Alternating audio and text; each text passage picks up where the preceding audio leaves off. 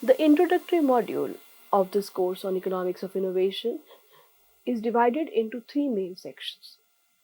The first section talked about the basics of innovation. The second section talked about the stylized fact. And in this particular section, we will look at the innovation in the history of economic thought. Essentially, here the idea is that what is at the thought of the various economists over a period of a time with respect to innovation. We try to bring them together. This particular section is taken from Professor Swan's book on economics of innovation, an introduction, and a chapter with a similar title in that particular book. Adam Smith. Adam Smith is the founding father of economics.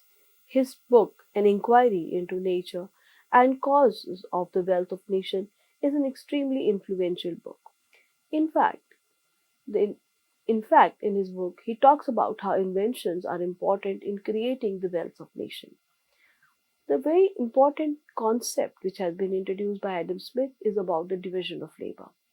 He talks about this in the very first chapter, and he highlights that it indeed is the main driving force in creating the wealth of nation.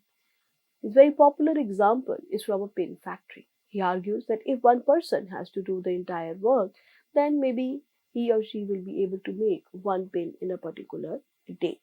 However, through this division of labor, what happens? There is a possibility then one person will draw the wire, the another will straighten it, the third will cut it, the fourth will point it, the fifth one will grind it at the top, and the head making itself can be further made into three distinct processes. Essentially, that entire process of making a pin has been broken down into different tasks. And once it has been broken down into different tasks, it is possible that the individual who is now engaged in it can actually become very apt at it. They can become very efficient at doing that particular work. There is a possibility that each individual, even though may not be engaged in only one of the act, they might be engaged in two or three of those. However, still, it means that they will be able to hone their skill about it.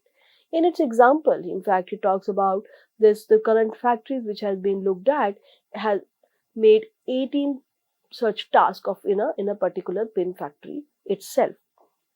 So, in that sense, this division of labor provides an opportunity to individuals to hone their skill, to become very good at that particular aspect of doing that thing.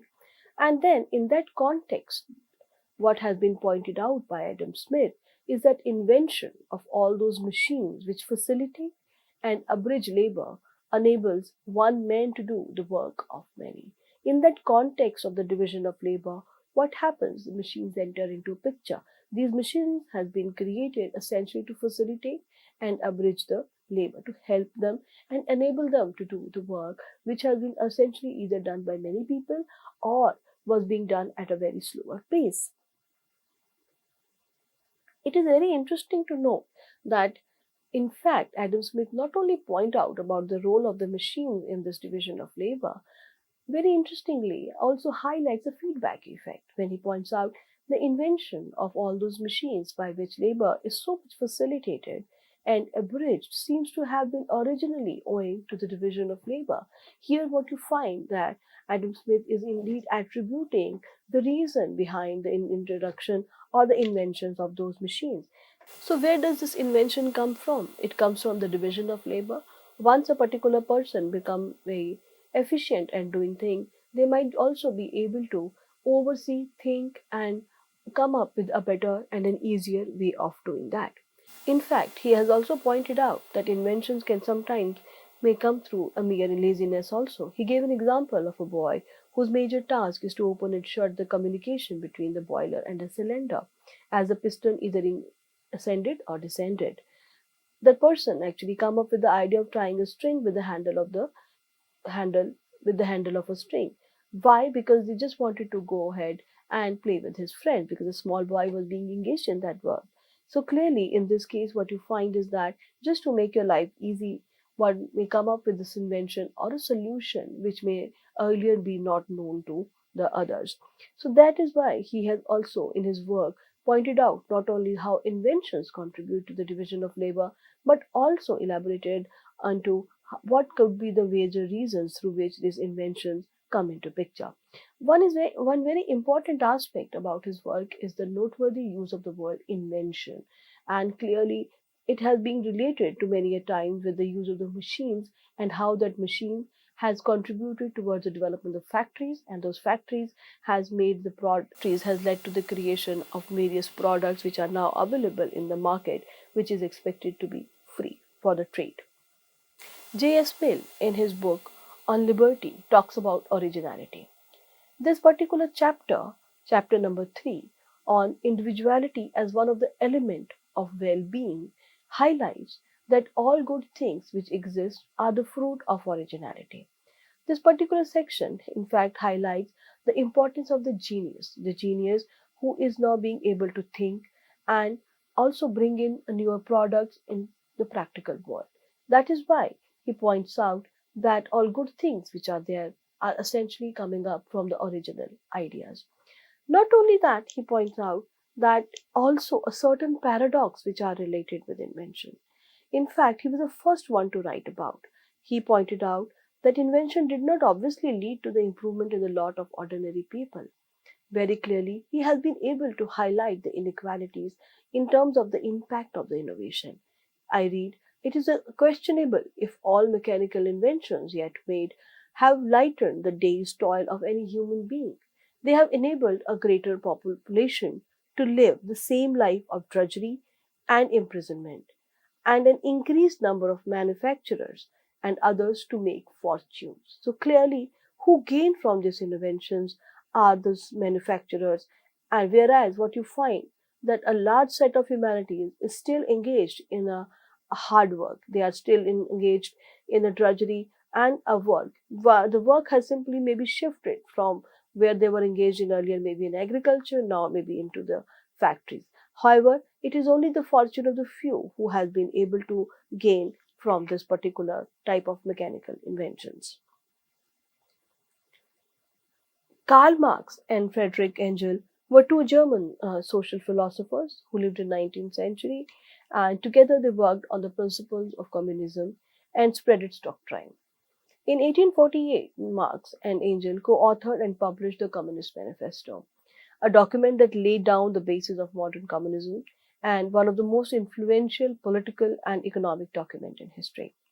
Karl Marx recognized the absolute centrality of innovation within economic development, and particular contribution was to identify the role of innovation in the competitive struggle. In 1848, the same year as the last quotation from Mill, in fact, Marx has observed that the bourgeois can't exist without constantly revolutionizing the instruments of production, and thereby the relations of production, and with them the whole relations to the society. Here, it is very important to see that clearly what we can understand is the firm as they exist today.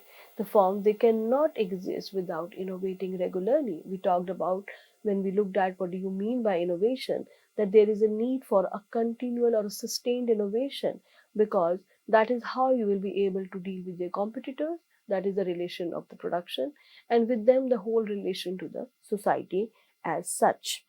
Alfred Marshall was also one of the most influential economists of the late 19th century and 20th century.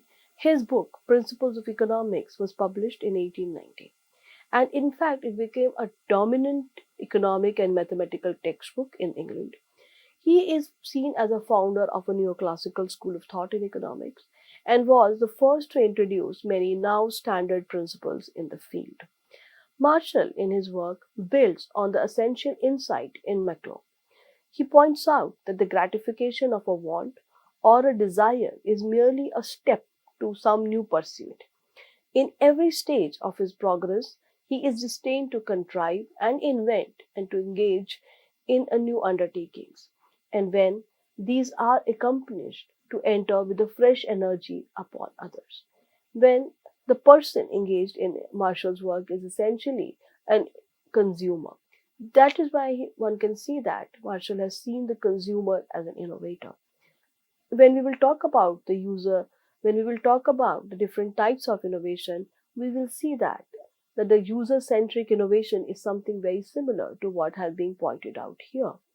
Essentially, whereby the consumer is trying to change because merely satisfying the want is not the final outcome. Thorsten Veblen, an American economist, he grew up in Minnesota and earned his PhD from the Yale University. A very interesting work he talked about is a theory of leisure class, which essentially applied the Darwin's evolutionary theory to the study of modern economic life. In the work, he highlights the competitive and predatory nature of the business world. With very dry humor, in fact, he identified the markers of America's social class and he coined a term called conspicuous consumption, effectively to point out the display of wealth which is being made by the upper class. His reputation, in fact, was very prominent, particularly during the Great Depression. And if you look at it, thoughts Wellburn, essentially this conspicuous consumption effectively comes from the desire to consume more and more. And the consumer could actually draw an attention of the others towards him or her. Very interestingly, Veblen has taken the old verb, necessity is the mother of the invention, and turned it on its head. He pointed out, in fact, invention is the mother of the necessity. This particular turning of the proverb on its head, in fact, cannot be more true if you look at very lot of products which you see around. What he meant by this particular thing was that there are various products which are once available, in fact, create more demand by the people. If they were not there, in fact, it was not that the people were not able to consume or they were not living. So if you look around various products and essentially they have increased the productivity of the way the things has been done, efficiency has improved, more and more people have been now being made part of this process of innovation and technological change. But clearly that doesn't mean that it was not that the need was felt for some of these products before they were even being introduced. One has always felt the need of a communication. However, to taking it to an extent of a mobile phone whereby you are completely glued to the particular product all the time was not being envisioned earlier. So that means once the product is coming to market, you find that the people will be able to see its advantages, its benefits, and they will be able to consume it. Though there is a certain amount of negative connotation being attached to the conspicuous consumption and the various products which are available, one can always argue that the products which were seems to be luxury at one point of a time, in fact, over a period of a time, they become a necessity. They are able to free human labor of the drudgery that they are being engaged into and being able to make their life rather easy. And the need of the innovators is essentially to make a competitive distinction so that the product becomes popular with the consumers as such. Now we will talk about Joseph A. Schumpeter. He was an Austrian economist, a contemporary of J.M. Keynes, and began his career studying law at the University of Wien, taking his PhD in 1906. In 1909, he became a professor of economics and government at University of Sazerwitz. In 1932, he moved to Harvard University, where he taught from 1932 to 1950. There, he was joined by Wesley Lontief, John Kenneth Galbraith, and fellow Austrian Gottfried Haberl. There, he also taught Paul Samuelson, James Tobin, among others. The shift of Schumpeter from Europe to America also reflect in some very interesting changes in the way he has perceived who undertakes innovation. We will talk about in a while. We will discuss Schumpeter's perspective on three key concepts, that is of innovation, creative destruction, and entrepreneurship. The pioneering work by Schumpeter argues against the Marshallian welfare analysis that propagates perfect competition as the best market structure. Essentially, because it drives down the price to that of the marginal cost and hence the consumer benefits the maximum. Now, Schumpeter claims that this perfect competition will not be able to provide enough potential to the firm so that they will be able to generate resources to undertake innovation. That is why he propounded that, in fact, if you look at the modern standard of life for the masses, they are attributed to big businesses. Taking this thought further, he reveals that the capitalist reality is essentially distinguished from the way it was being studied in the textbook. In fact, it is not the kind of competition that is being studied under perfect competition, essentially driving down the price to marginal cost that influence the rivalry or affects or is at the core of the rivalry amongst the firm. In fact, it is the new commodities, new technology, new sources of supply, new organization, new markets, and the competition which will have a decisive impact on the cost or the quality will influence the market competition. The idea which Schumpeter propagates that this kind of a competition is not merely about cost reduction or about the increasing in the revenue, but it is something which will affect the very foundation of the businesses. Essentially, the newness, the novelty through these either product or a processes or of the organizational innovation which he talks about influences the very way the business is being done. Another important concept which comes from Schumpeter is that of a creative destruction. As I told in an earlier class also, it is an oxymoron whereby you have two words which are opposite in meaning, creative as well as destruction. He is being also referred to as the father of the concept of creative destruction. What does it mean? What does it denote? If you look at it, creative destruction denotes a process of industrial mutation that incessantly revolutionizes the economic structures from within, destroying the old one, creating the new one. The process of innovation, as has been studied by Schumpeter, essentially lead to the change in the industry. The change which Schumpeter alludes to is something which happens within the industry, nothing something which comes exogenously. And the change that happens within, in fact, does away with the old structures so that the space can be created for the new way of doing things. This process of creative destruction is indeed a very essential aspect of the capitalism as has been understood by Schumpeter. That drives the competition amongst the firm. As we have already pointed out, it is not the price competition, but the competition with respect to the different new products, services, etc. Now, every piece of business strategy, essentially, as being said by Schumpeter, acquires a significance only against the background of that process and within the situation created by it. It must be seen in its role in the perennial gale of creative destruction. So, any kind of a rivalry behavior, any kind of a strategy which a company follows, it gains relevance only when it plays an important role being played by it in this creative destruction as such. Following from the word of creative destruction, in his work on the creative response in economic history, Schumpeter also talked about the three important characteristics of the creative responses. Thereby, he first points out that the mechanism which is there with respect to what kind of a creative response has come through is not something which can be adopted for each one. There is a need to study the response in each and every case because there are differences with respect to the way an individual would have responded to a particular situation.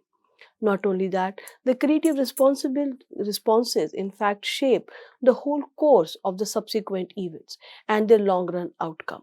That is why creative response is an essential element in the historical process.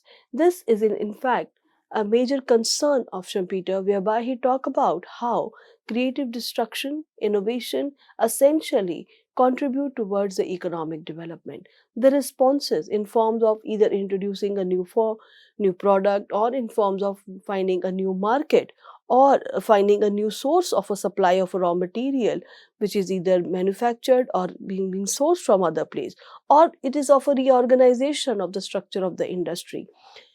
All any such kind of a creative response need to be studied on its own and is also likely to change the historical process. He not only stops at understanding the different creative responses to the challenges, but also point out what can facilitate that. So he mentions that the creative responses, the frequency of its occurrence in a group, what determines it, whether such kind of a response are going to be frequent or they are going to be less frequent, its intensity and success or failure. Again, it has something, be that much or little, to do with three major points. What are those? First, it is with respect to the quality of the personnel available in a society. Whether the people respond to a particular challenge or a circumstance, whether they are able to combine few things to come up with a new means or a new way of doing things, that will essentially depend upon the individuals that particular society has. What kind of a quality in terms of human capital, we can also understand this. And not only that, with relative quality of a personnel, that is, with quality available to a particular field of activity relative to the quality available at the same time to others. So, the response in this sense is not merely with respect to what is available, it is in fact relative in terms of the industry in which it is available, and also with respect relative in terms of what it is available to the others. So essentially the competitiveness for the resources of quality resource, effectively quality human capital, is definitely there. And lastly, this whether the creative response is successful or not, or whether it happens more frequently or not, is determined with the individual decisions, actions, and patterns of behavior. Now, this introduction of individual decisions, actions, and pattern now brings us to what Schumpeter has to mention or talk about the entrepreneur. Before we get into talking about an entrepreneur as has been presented by Schumpeter, there are three major tenets which emerges from his work. First is that the essence of capitalism is innovation in particular sectors. Certain standard tools of economics such as static equilibrium, macroeconomic analysis can therefore disguise the reality, and it may mislead scholars and students, essentially pointing out that the focus on attaining an equilibrium circumstance may indeed take away the attention from what chaos has been leading to during the disequilibrium situation. Also mentioning that the virtues of capitalism, essentially in particular its steady but gradual patterns of growth, are long run and hard to see. Its defects, however, as far as inequality and apparent monopoly, are short run and conspicuously visible. This is again very important point in terms of how he has propagated that who should be innovating. Later we will see that he has pointed out that it is the large businesses which are able to undertake innovation, essentially because of the resources that are available through the monopoly. Clearly, there is an acceptance of a monopoly in order to have what we may call as a dynamic gains, because it is the introduction of the new products and the innovation which is going to change the patterns of the growth. And that gradual pattern of the growth that has been pointed out may not be known, may not be very much visible, may not be very obvious, but the short term losses in terms of monopoly or inequality became a major important point of talk. Also pointed out it is dangerous for economists to prescribe general recipes because political and social circumstances are always changing. Contextualizing the theory, contextualizing a result in that sense becomes extremely important. So now we look at the entrepreneur, the person who does, the person who takes action. So in terms of Schumpeter, he talks about a study of creative response.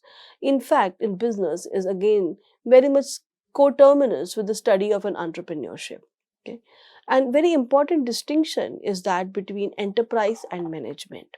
Evidently, it is one thing to set up a concern which will embody the new idea or another things to head the administration of a going concern. However, much the two may shade off into each other. In fact, it is very important according to Schumpeter to distinguish the entrepreneur from the inventor. He has pointed out that many inventors they became an entrepreneur, and the relative frequency of this case is no doubt an interesting subject to investigate, that he says, but there is no necessary connection between the two functions. The inventor produces ideas, the entrepreneur gets things done.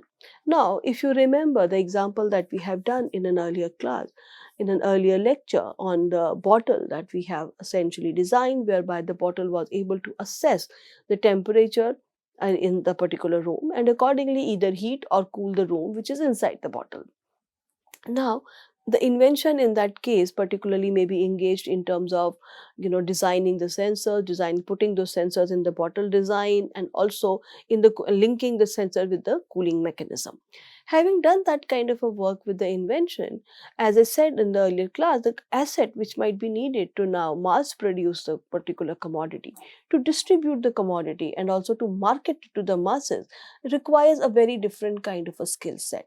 That is once again being pointed out here, that the inventor produces ideas, the entrepreneur get things done. So an entrepreneur would be somebody who is much beyond the inventor, who is able to understand what the particular product is going to entail in the market, what kind of resources would be required to source the raw material for this particular product, where do I get the finances, where do I start the production, how should I go about the distribution, and where should I market. So essentially, all these things needs to be done, needs to be getting done by an entrepreneur, and that is what has been once again pointed out in Schumpeter's work also.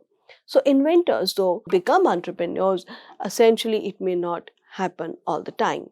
So finally, getting new things done is not only a distinct process. Finally, getting new things done is not only a distinct process, but it is a process which produces consequences, which are very essential part of the capitalist reality.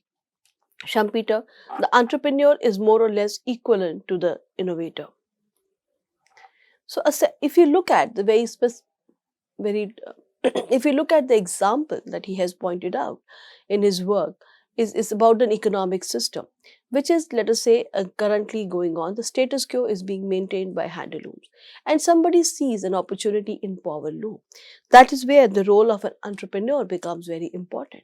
If there is an opportunity, economic opportunity, market opportunity to gain from the introduction of the power loom, what an entrepreneur is expected to do? An entrepreneur is now expected to borrow, construct, produce, and sell. That is these are the various activities which he or she has to undertake in order to grab the opportunity, in order to ensure that the technological opportunity which present in the industry will lead to the commercial gains. So the entrepreneurs in this case become somebody who can manage to conduct all these types of activities that may not be related to the mere change in the technique of the production. So, this borrowing essentially would mean that there is need to be having an access to the credit either through the banking system, then later identifying the plant where the construction has to happen in order to do the production, and lastly the selling will engage the distribution and marketing both. Over time, in the initial stages, it is possible that an entrepreneur may not be able to make profit. However, over time, the revenue will exceed the cost, and now businesses are continually arising from profit, leading to complete reorganization of the industry. What will happen is that once somebody introduces the power loom, you will find that this at one stage the revenues are there for them are now more than their cost. Essentially, the entrepreneur's real activity has become profitable at that point of a time, which will lead to the obsolescence of the handlooms. And once that obsolescence happen, clearly the players which has been still engaging with the older technique will start moving or exiting out of the market. And if the new mark businesses are arising, they will be able to make profit only with the newer technology. Essentially, it will lead to the entire reorganization of the industry from handloom to power loom. Once again, one thing has been destructed in order to create waste space for the newer setup. The Schumpeter entrepreneur, essentially, in this case, he talks about a second and another entrance as simply imitators. For Schumpeter, the activity of running and managing the business after innovation is now not entrepreneurship either. It is more of a routine job of business administration. Narrow but innovation centric description of an entrepreneur, as we can see in the work of Schumpeter. So, if you look at it, essentially, in an entrepreneur, what Schumpeter sees is a destroyer of the equilibrium situation and thinks up of a way of putting scarce resources to the new uses. As I said earlier, the movement in Schumpeter career from Europe to America has also can be reflected in his work. Decker has pointed out that how the movement has in fact made him engage with the larger firms and try and understand the role of the larger firms in research and development. Please note his movement is also aligned with the establishment of the large research lab by the private entities at that point of time, whether it was the Bell Labs or the labs established by AT&T. So in view of what was coming across, he also understood that whether the role of an entrepreneur will stop at one point and what will go on. Now, he has identified that over time, the role of successful entrepreneurs, which who are essentially the salaried managers located in the R&D department of the large firm, will become rather more important. As I said earlier, Decker pointed out that the theory on the role of entrepreneur within the capitalist society and the changes in the way innovation ensued during the first half of the 20th century. So there is a link between what has been going on, how the innovation was being undertaken, and also by whom it was being undertaken, influences his idea of the role of an entrepreneur. In those huge R&D labs, the process of the innovation itself was being now routinized. The process was broken into small processes. The researchers and scientists were hired for the specific research project, and the process was becoming more like that of in a factory.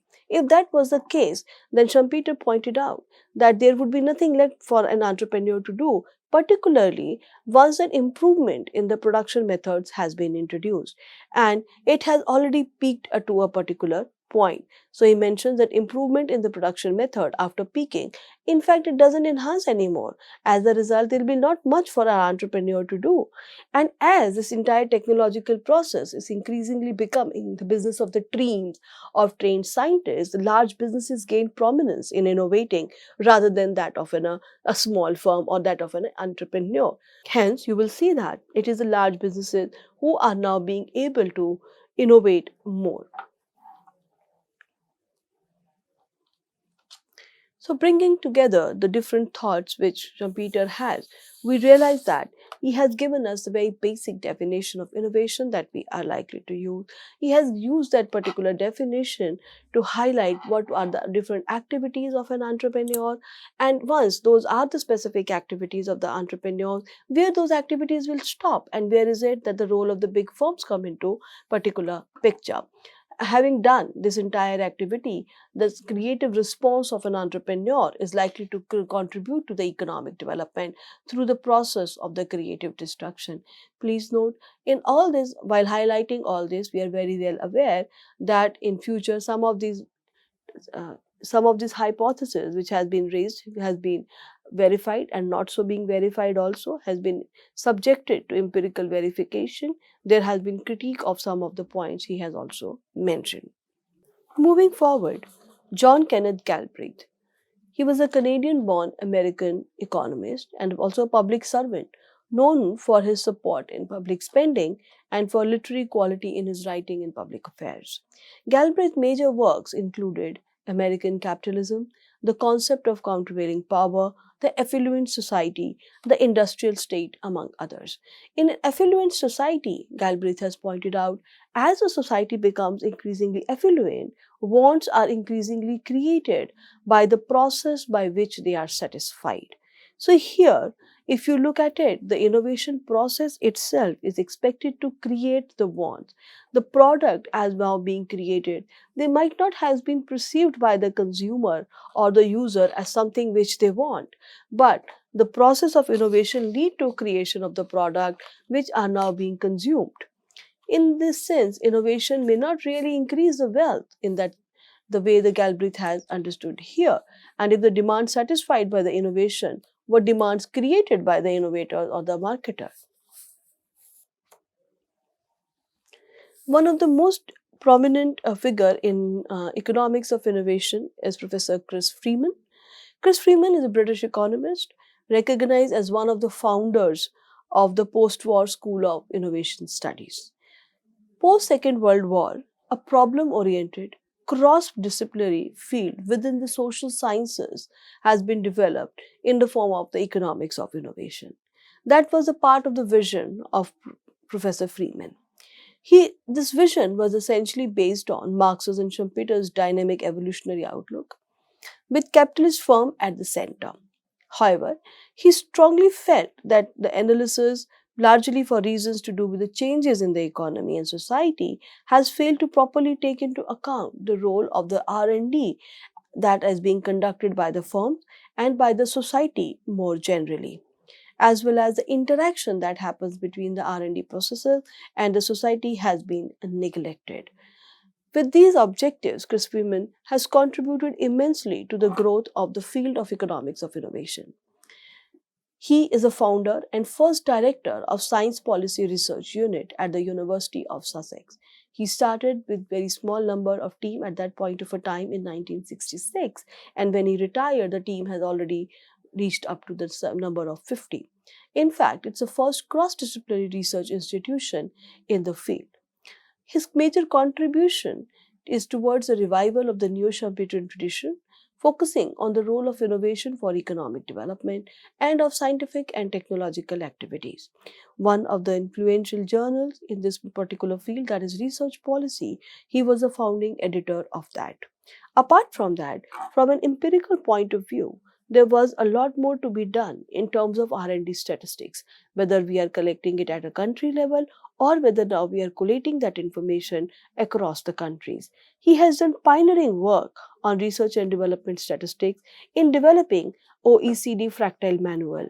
In fact, most of the empirical research which we conduct today takes and is actually due to the foundation that he has laid in this particular field. The next economist from 20th century that we are going to discuss is Professor Kenneth Arrow. He was an American economist, mathematician, writer, and political theorist. Kenneth, in his important contribution of article titled Economic Welfare and the Allocation of Resources for Invention, highlights the role of the market failure and shows that how it will lead to an underinvestment in the resources for invention. He argues that we expect a free enterprise economy to underinvest in invention and research because it is risky, because the product can be appropriated only to a limited extent, and because of increasing returns to scale. This underinvestment will be greater for the more that we are talking about the basic research, to an extent that a firm, if succeeds in engrossing the economic value of the inventing activity, there will be an underutilization of that information as compared with an ideal allocation. So the point he has made is essentially with respect to the lower investment that will be made in the basic research, the underutilization of the information that will be created, and given the very risky nature, underinvestment that will happen in the applied research. Now, because of this underinvestment, there is a need for the government intervention. This market failure needs to be again supported. Another important departure that Kenneth has is from Schumpeterian hypothesis that it is the large businesses which essentially leads to the investments in the R&D. He talks about a replacement effect whereby if you're talking from a point of view of the large firms, they will be eating into their own earlier product and the profits coming from that. As a result, he pointed out that the motivation or incentive to innovate are rather large in the competitive market. We will have a lot more to discuss on this when we will take up the issue of competition and innovation. The pioneering work by Robert Solow in 1957, in fact, set the very tone of the post-World War research that has been conducted in the innovation studies.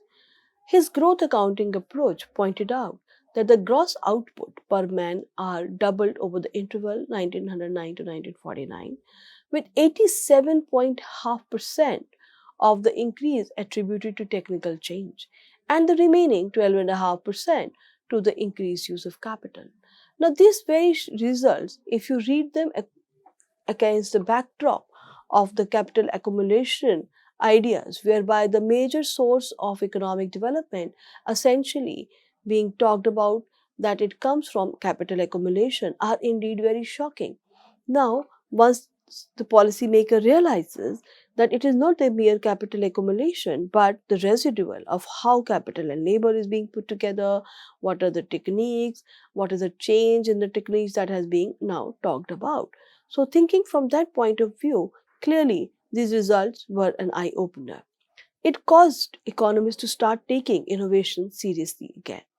Solow made a very famous observation later also about the paradoxes that surround innovation. That was, we see computers everywhere except in the productivity statistics. This remark has been widely quoted and is often called the IT productivity paradox. Nathan Rosenberg was an American economist specializing in the history of technology. A special issue of industrial and corporate change, a very reputed journal in this field, says that the Nathan Rosenberg was one of the founders of the interdisciplinary field of the study now we are calling as economics of innovation. Some of a major contribution that came from Nathan was the same one with respect to the idea that technology change may not be either demand pull or technology push. Many, for a very long time, it was one-sided approach that has been talked about, whereby either the change was coming from the supply side factor, whereby an improvements in the technique of doing or scientific discovery were leading to the changes in the technology that is available and hence introducing a different type of products in the market, or it was coming from the demand from the consumers for the particular kind of product.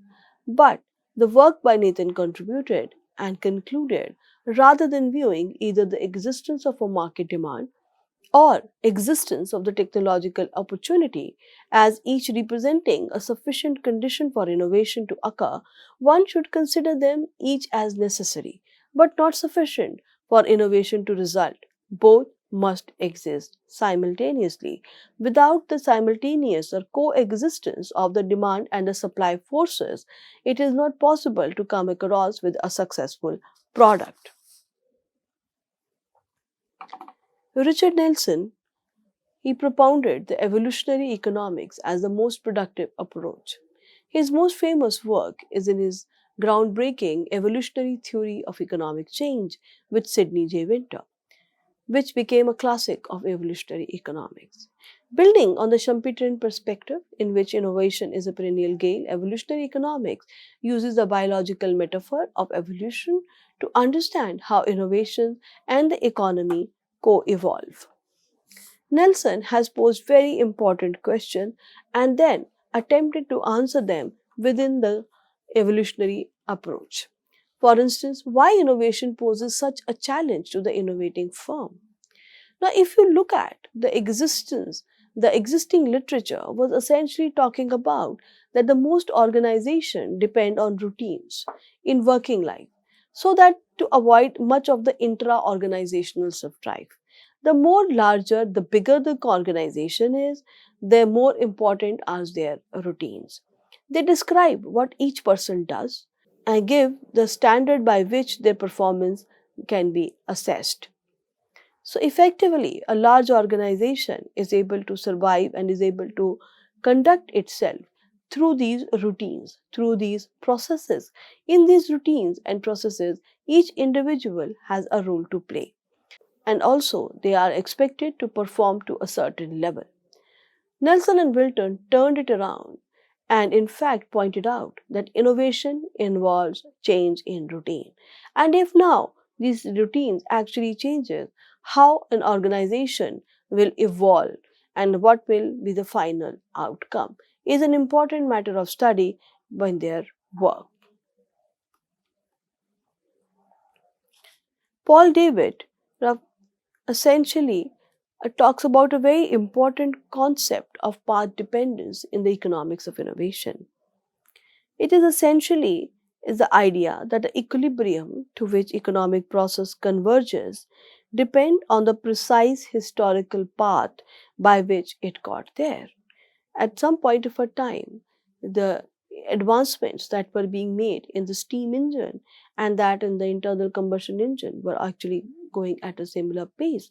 Why is it that we see that over a period of a time that ICC has taken over? And now, in wake of the major climate change challenges that the humanity face, once again the emphasis has gone into electric vehicles. The historical path, in that sense, plays a very important role in terms of the choice of the technology.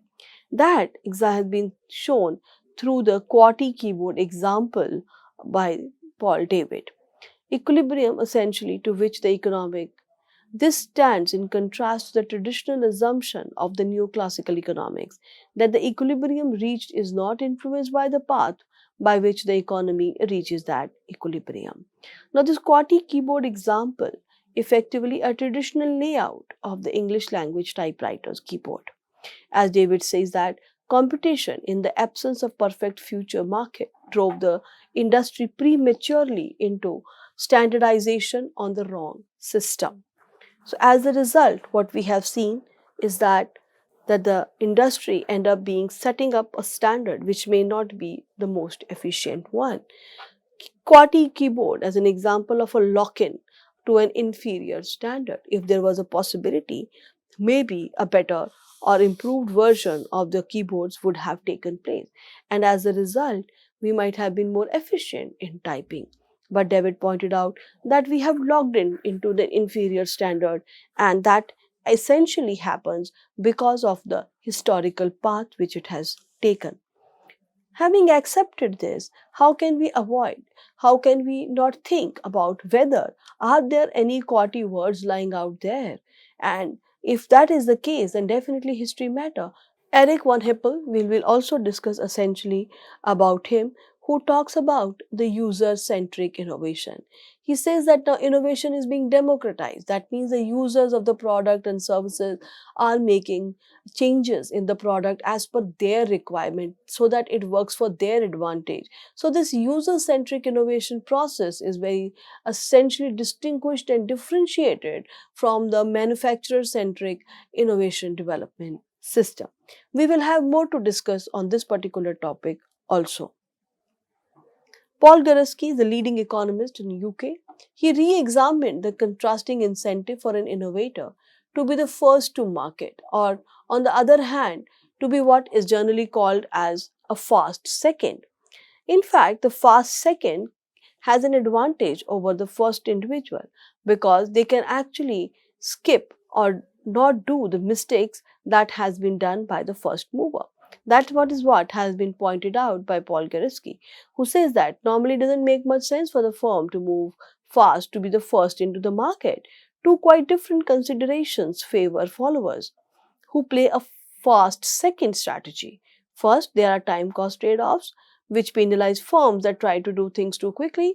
The second advantage is that the fast second mover have is that they can free ride on the efforts of the first mover.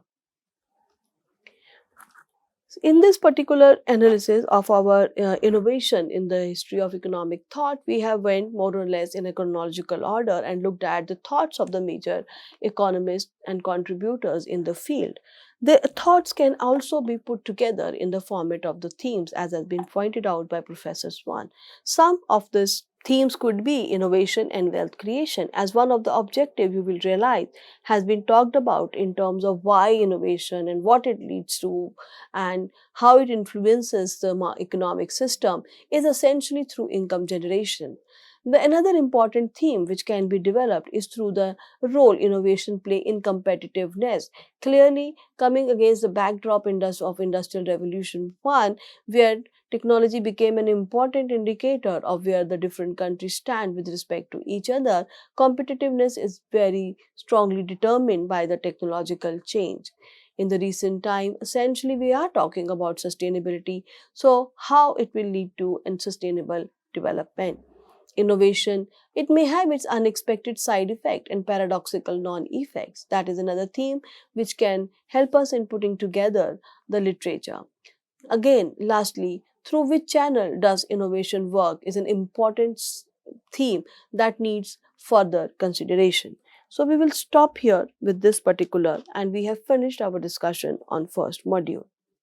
Thank you.